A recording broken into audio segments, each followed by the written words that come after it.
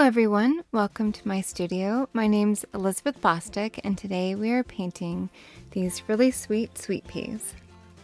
To start off, we're using Magenta Rose, Ultramarine Blue, Bright Green. I'll be starting with a number 8 round brush and then a size 2 or 0 round brush for the details. This sketch pad is 140 pound 100% cotton cold pressed paper, about 5 inches by 7 inches. I used a little round thing of paint that I had on hand, which is about 3.5 centimeters in diameter, and then I traced a dime, which is about 2 centimeters in diameter, and that is how I got the initial circles to see how big I wanted the flowers to be, and so that you can recreate them, I figured I would let you know how I sketched them so that if you would like to have a similar size sweet peas, that you can do the same. You can make them as big as you want. You don't need to have the same dimensions, but I figured if you do want to have similar dimensions, that I would share the initial circle is about 3.5 centimeters, and then the little circle on the bottom where I'm putting those little inner petals in is about 2 centimeters. You don't need to trace anything. It doesn't need to be a perfect circle at all. It just kind of helps me with balance and to keep things looking similar on both sides of the flower, as they are pretty symmetrical in nature, but definitely not perfect. And then some sweet peas have more of a wave to the petals. These are more of a smoother petal, but they can be as wavy as you like. Some are very wavy, kind of look like they flutter in the wind. You can see the ones that I'm drawing on the right hand side, and they have more of a smooth petal, but you can make it look however you would like to. These just happen to be the ones that I'm growing in my garden, but there are many different varieties. And then I'm also adding the little buds up top and then some of the more spent older flowers down below. So I have 3 of the fresh, newer, fully opened ones, and then I have a little bit of the buds and then the older flowers down below. For the first wash that I'm using the Magenta Rose, and I'm making a nice puddle of water, so it's a thinned down wash of Magenta Rose. The thinner the better. Test it out on your scrap piece of paper. Make sure it's just dark enough, not too dark, so that we can build up that darkness with layers, the depth with layers, and add details and texture with adding layers. So right now I'm covering those 2, or actually I guess it's 1, but it kind of has almost looks like a separation, but it is just 1 petal. So I'm filling in that 1 top initial petal with my puddle of Magenta Rose that has been very watered down.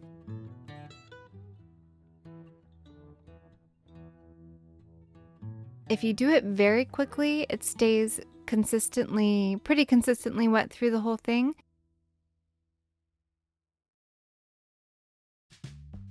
It did dry a bit more on the left-hand side more quickly than the right-hand side.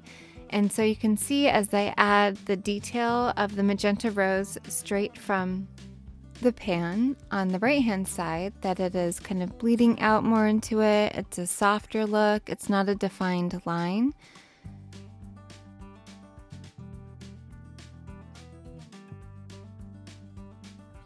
And then when I add the Magenta Rose to the left hand side, it is less wet, but it's still damp, but it's just enough dampness where it's not bleeding out into it, so you can really see that defined line.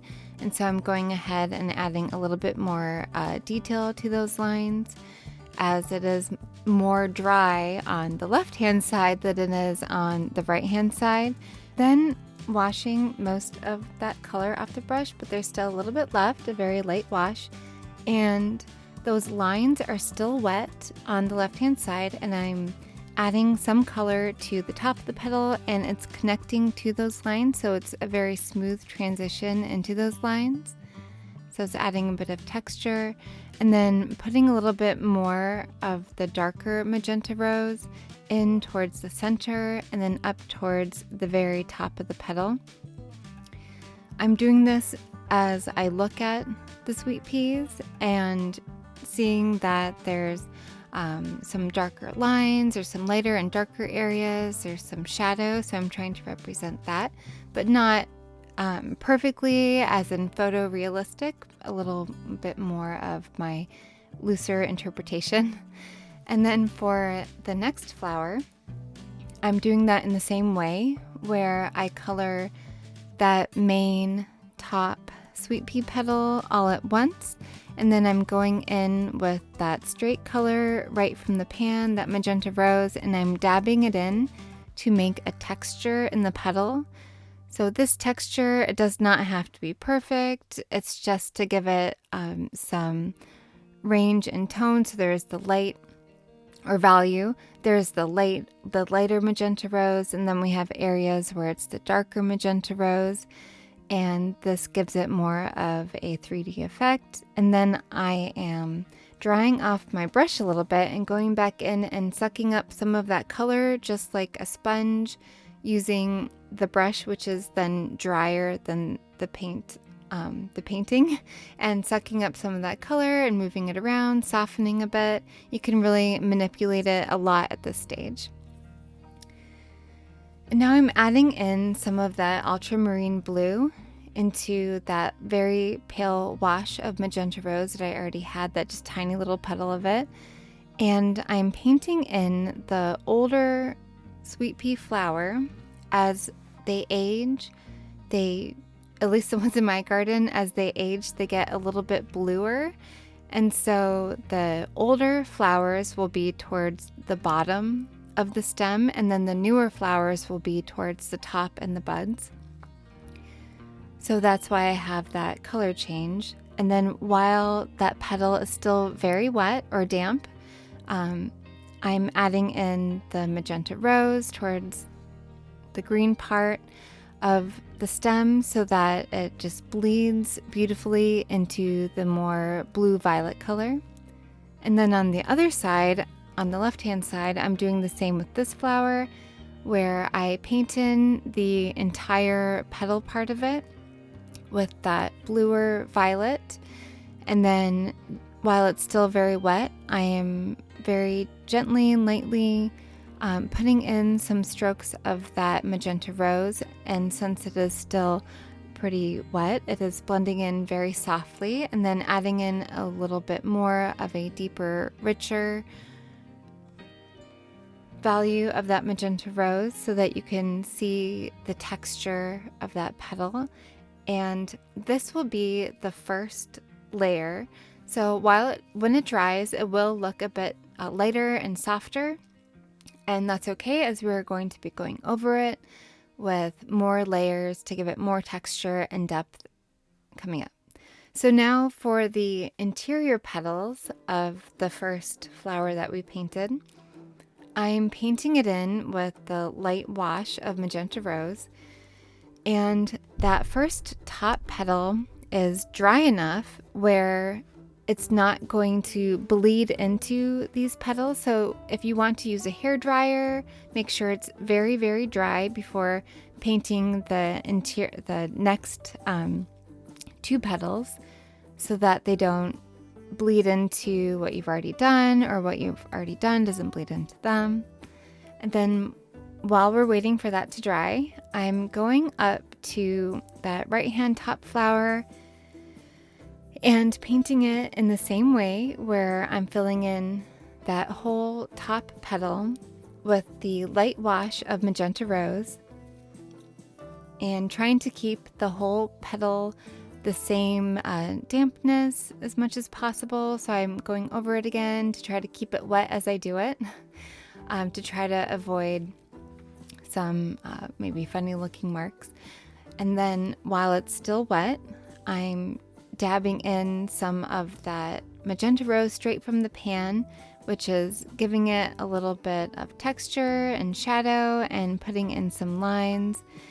And you can see when you go using the tip of your brush, when you start at the top of the line and go to the bottom, you'll have a smaller tip to that line. But when you go from the bottom and then you pull it up towards the top, you'll have a fatter ending of that line. And then I am dabbing in some more of that Magenta Rose here and there, and just trying to give it a nice petal texture, some lights and some darks. And again, this will be just the first layer of color, so you don't worry too much about how it's drying, exactly how it looks, because we'll be going over it with another layer. And while that's drying, the one on the left is pretty dry, so it's not going to be bleeding into what I've already done. And I just go ahead and paint that in with the light magenta wash. And while that's drying, before going into that third interior petal that they have, I am using that bright green and making a very light wash of it. Testing it out on my little scrap piece of paper, and this is what I'm going to be painting that very interior third petal with, as what the snapdragons that are with the sweet peas that are growing in my garden. That third interior petal, I'm not sure the scientific name of it, but it has a very, very light appearance with just a little bit of a hint of green.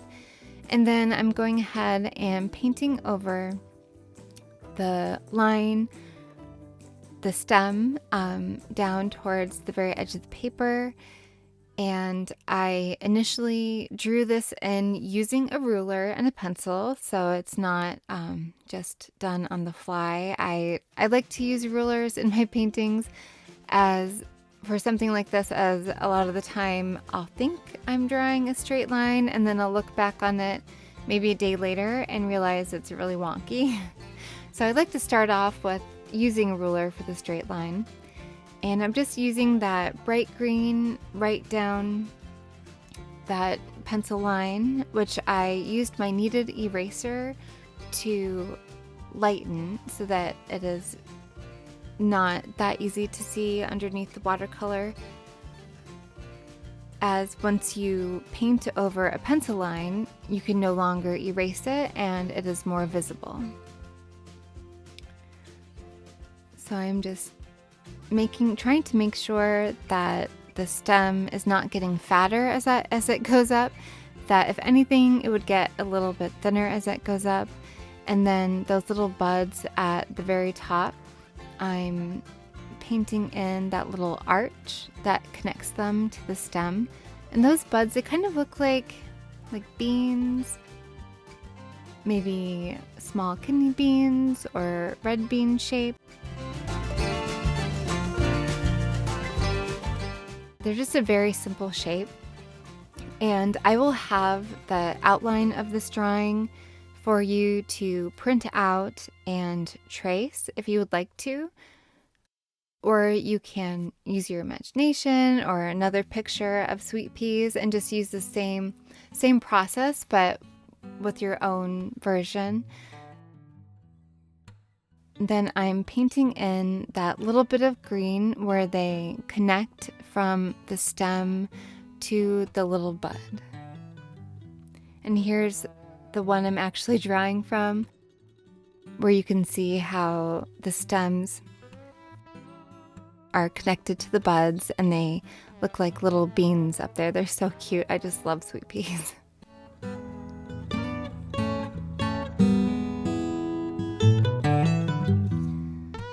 So now I'm using that same very light watered down wash of green and filling in that bean sweet pea shape. And even where that petal or the sweet pea goes behind that petal, I'm just filling in that area too, just leaving just a little bit of the paper in between the body of that bud and the green part where it comes off of the stem. And then I'm adding a little bit of that green into that third interior petal, just a little bit on the very bottom. So it's just a little hint of green. just kind of following the outline, the pencil outline of the petal.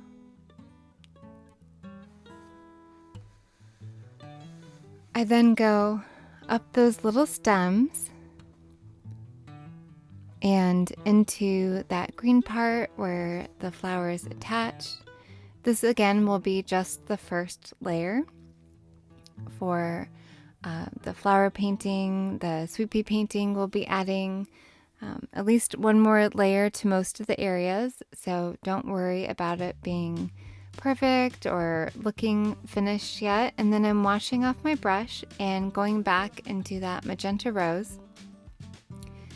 And again, just painting in that initial very light wash on those two interior petals of that last sweet pea flower. The other petals are completely dry, so it's not causing that paint to then run into them. And then while these petals are still damp or wet, I'm dabbing in some of that Magenta Rose straight from the pan to give it a little bit of texture and a little bit of shading. I'm then switching out for a number 2 or a number 0 round brush and adding in a little bit more of the Magenta Rose to that initial puddle of Magenta Rose paint that we made earlier, and testing it out on my scrap piece of paper to make sure that it is dark enough to show up on top of that layer of violet that we had painted for those older flowers.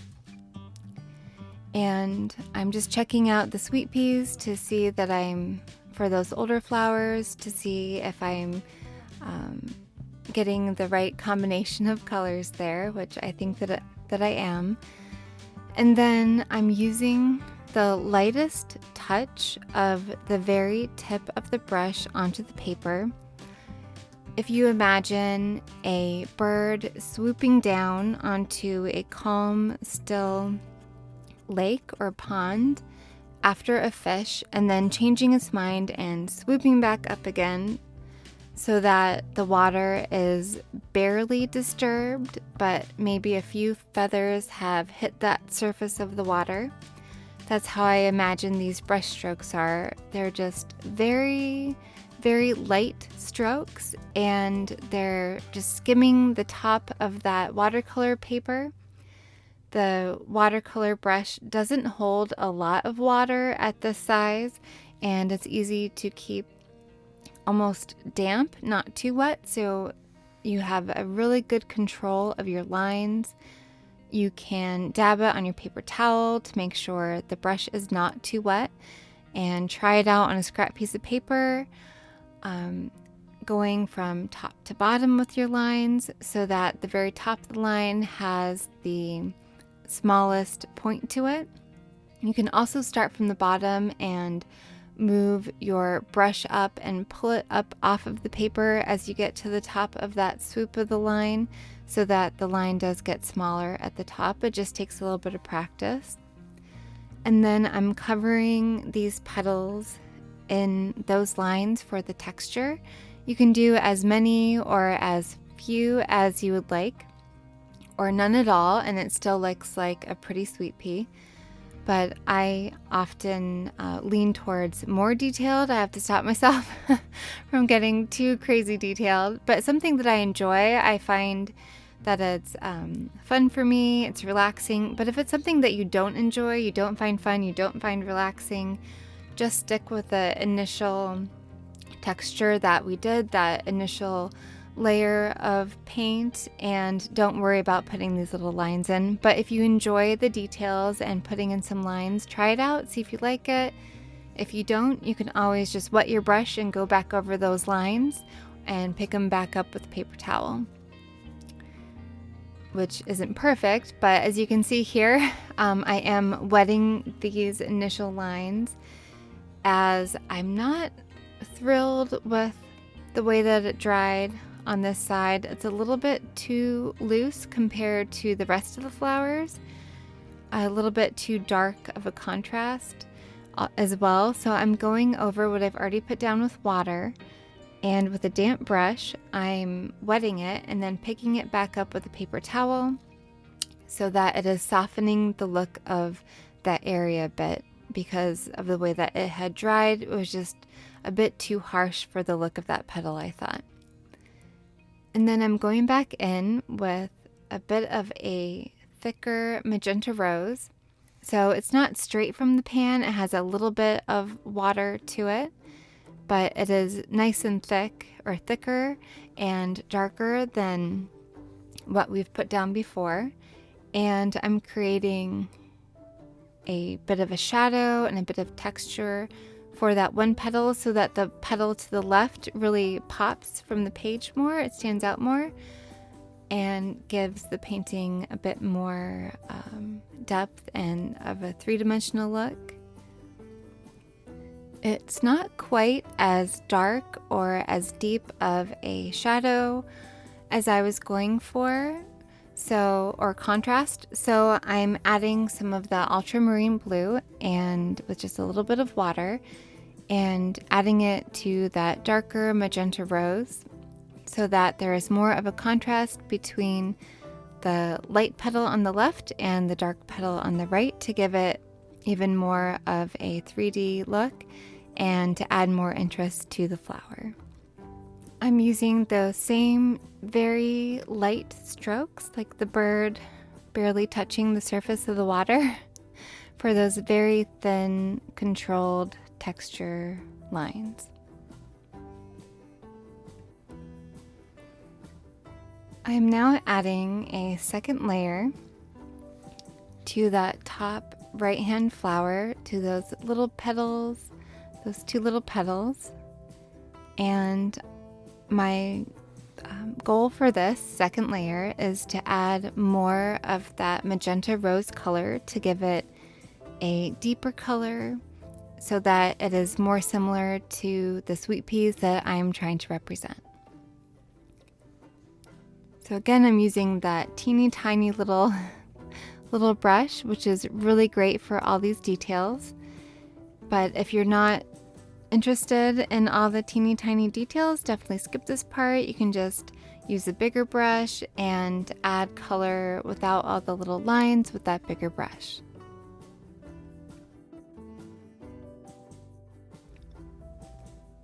I then go into that violet that I mixed up with the Ultramarine Blue and the Magenta Rose, and I'm adding a little bit of that in there as well. I then decide that that highlight of that petal is just a little bit too much of a stark difference, so I wash off the paint that's on my brush and I pull that paint down that I just put on there to cover up that area, so it's still, you can still see the lightness or the lighter area, but it's a darker shade than it was.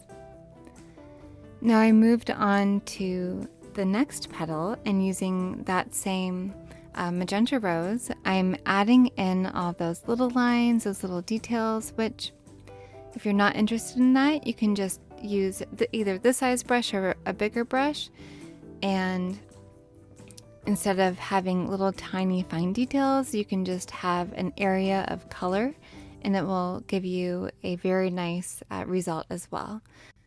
I've sped this next part up, but as you can see, I'm doing the same thing with the other little inner petals where I'm adding that very fine detail and darkening up some of the areas in that same way. While those petals are drying, I am going into the little sweet pea buds and adding a bit of texture, a bit of detail with a very watered down Magenta Rose, giving it just a hint of that color, as the green and the Magenta Rose together, if you mix them, they would make kind of a brown. So it's more of a neutral tone, a neutral hue, and it just leaves a bit of a textured look with just a hint of that Magenta Rose. For this bud, I'm going all along the outline of the bud, as well as flicking up the lines from the bottom towards the top and going over that pencil line so that it is now completely hidden, and just giving it a little bit of texture by adding in a little bit of the almost like a shading, a shadow, and adding those lines as well.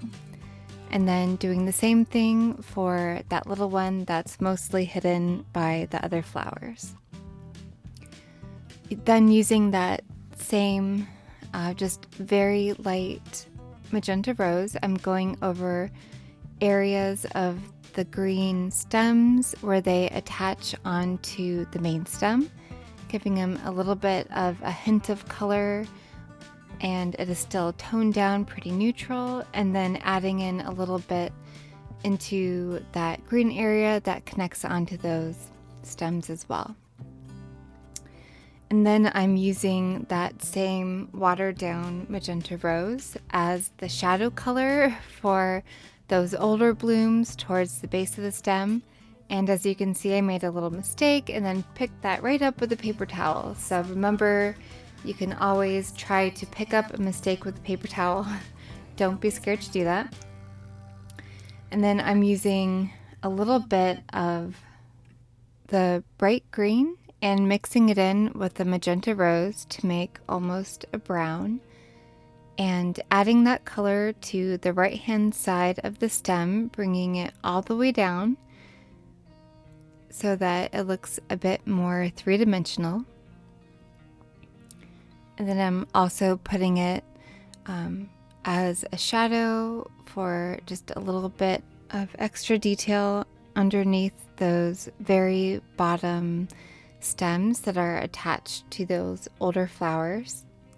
And I'm using that same size 2 or size 0 round brush that's good for those teeny tiny details.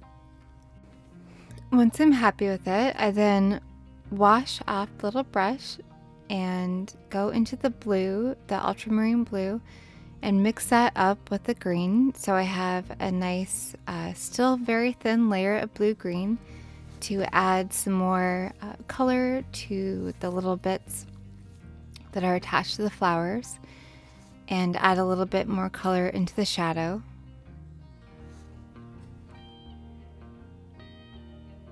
Once I'm happy with that, I add a little bit of blue to bring the color a little more of a deeper, darker value so that it stands out more from the paper. It looks more three-dimensional, more interesting, and more like the color of the flower that I'm trying to represent. And then I am trying to figure out what color that little is almost white, but it has a bit of green and a bit of that magenta rose. So I'm going back and forth, picking it back up with a paper towel a little bit and adding just a little bit of color to that white third interior petal so that you can see it better when you're looking at the painting, and it just gives it a tiny hint of color. So you can just go over your pencil outline with just a little hint of color, or you can add a little bit more detail. And then with that blue-green, I'm adding just a little bit of a shadow to the right-hand side of that stem up at the top. I then go into that bright green to add the color to the little teeny tiny bits at the base of the sweet peas, those little tiny green bits that you can see. It's basically just little tiny triangles that you can see the tips of at the base. And then this next part can be a little bit nerve-wracking, but we're making a wash of blue, mostly water, just a little bit of ultramarine blue, and using a very delicate, very light touch on the paper, going over that more of that pink area, the magenta rose, with a little bit of that blue to give it a cooler value, to change the look of that color, to change the color to more of a violet. And while I am happy with the way that it changed the color. I decided to, instead of using just the blue, I add the blue to the Magenta Rose so that it makes more of a warmer, more Magenta Rose violet, so it's not quite as blue, so that it matches more the color of the sweet peas that I am trying to illustrate.